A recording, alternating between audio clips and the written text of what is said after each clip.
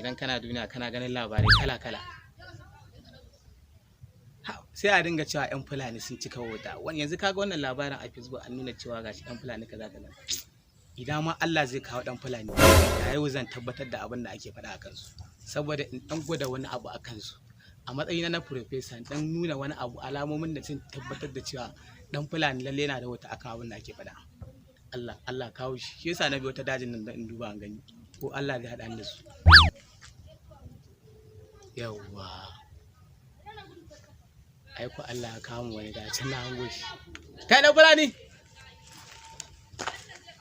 dama tambayan nake da kai, Allah sa zaka bani haɗin kai mai tambayan nan tsakani da kai.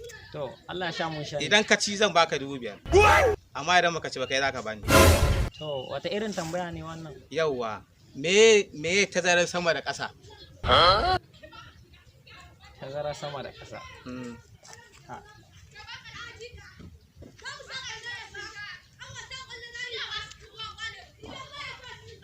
Ga dai 5,000. Oh, A baka ranar sani ba Allah ne kenan. ban shani ba.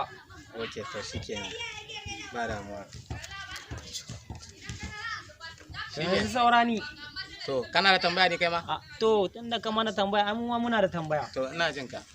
Tambaya ta shine wata dabba ce wanda tana ƙasa tana da ƙafa 2. Idan ta tashi sama tana da ƙafa 3. Idan ta tashi can sama za ganta da ƙafa 4. Amma ta tashi shakowa tana shakowa ne da ƙafa 1. Wannan wace dabba ce?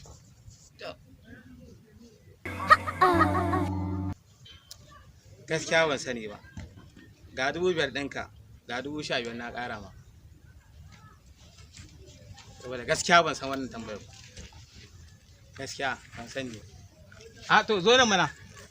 To ka faɗa mu amsar mana, ni ban sani ba, ya kamata ka gaya mu. Kwarai kuwa, ya kamata in gaya ma.